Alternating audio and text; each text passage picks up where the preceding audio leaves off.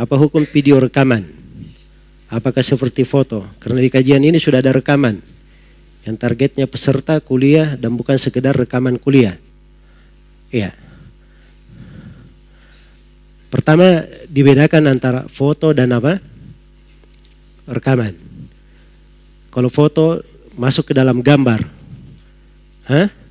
Dan gambar itu jelas nas-nasnya yang menerangkan tentang apa? Diharamkannya. Seperti Rasulullah SAW bersabda tentang orang-orang yang menggambar, ulaika syirarul khalqi indallah. Mereka adalah makhluk yang paling jelek di sisi Allah. Dan Rasulullah bersabda, la'anallahul musawwirin. Allah melaknat orang yang menggambar. Iya. Dan di dalam hadits Ali bin Abi Thalib riwayat Muslim, Nabi berpesan kepada Ali akan suatu tugas, salah satunya wa alla ada suratan illa tamastu. Tidak boleh saya tinggalkan gambar kecuali saya hapus. Dan diriwayatkan oleh At-Tirmidzi dari Abu Hurairah radhiyallahu anhu, Rasulullah sallallahu alaihi wasallam bersabda, yakhruju unukun yaumal qiyamah lahu aynani tubsirani wa udhunani tasmani wa lisanun yantiq yaqulu inni wukiltu bi thalath. Akan keluar leher pada hari kiamat, dia punya dua mata melihat, dua telinga mendengar, dan lisan berbicara. Dia berkata, saya diperintah menyiksa 3 orang. Salah satunya wabil musawwirin. Ya. Jadi dalil tentang gambar itu adalah jelas pengharamannya. Terkait dengan pengambilan gambar dengan fotografi, itu memang ada silang pendapat di kalangan ulama masa kini, tapi yang benarnya itu masuk ke dalam keumuman gambar yang diharamkan. Hanya dibolehkan di posisi darurat saja. Di posisi darurat.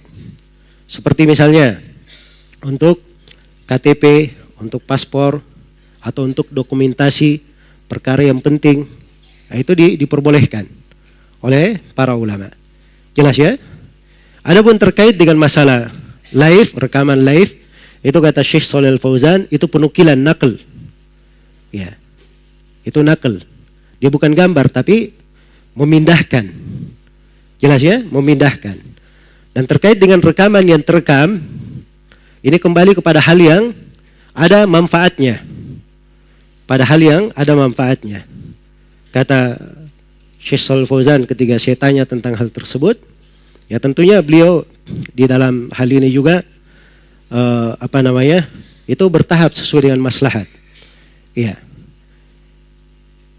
Beliau memberi fatwa untuk saya masuk televisi dan sebagainya itu sudah dari 4 tahun lalu, bahkan lebih daripada itu. Ada fatwa tertulisnya untuk saya.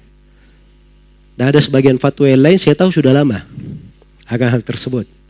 Ya, kadang saya lihat beliau dulu siaran langsung. Saya tanya, Syekh, sekarang antum siaran langsung. Kata beliau itu nakal, bukan gambar, kata beliau. Itu penukilan, cuma dipindahkan. Iya. Kemudian 2 tahun berikutnya, walaupun setiap tahun ya saya jumpa beliau, tapi 2 tahun berikutnya saya lihat beliau, ya bukan siaran langsung. Ada 2 pelajaran beliau direkam. 2 pelajaran direkam. Ada pelajaran Nurun Alad Darb, tanya jawab untuk fatwa, dan ada rekaman Kitabut Tauhid.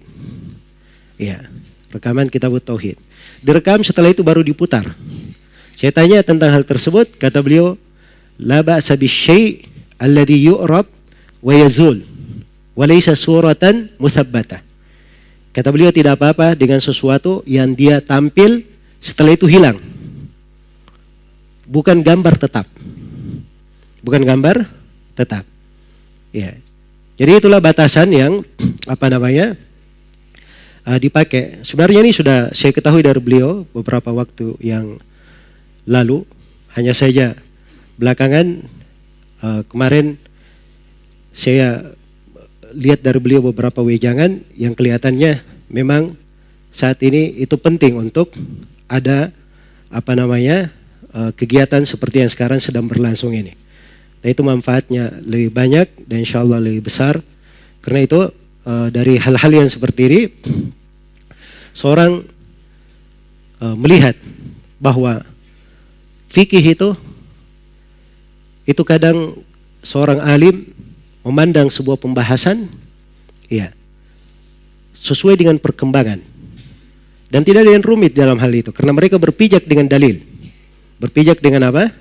Dalil dan sisi kenyataan pada kondisi yang terkait dengan masalah yang dibahas.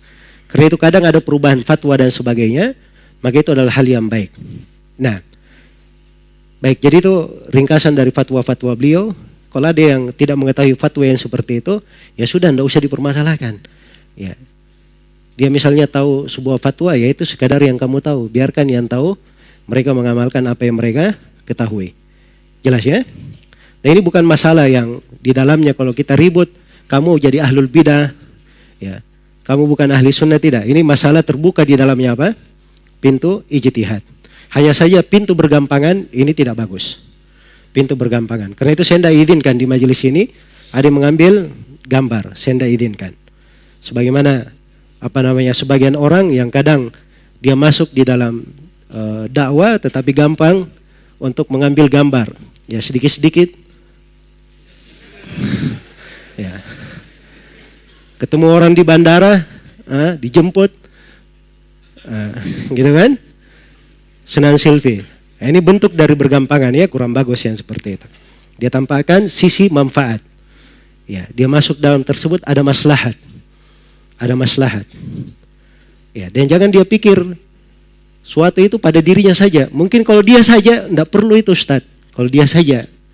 Ya, tapi dia nggak tahu, mungkin banyak orang yang kalau ada kegiatan seperti ini itu bisa dapat manfaat, ya, bisa sampai kepada orang-orang yang dia tidak sangka. Dia tidak sangka. Baik. Wallahu ta'ala alam.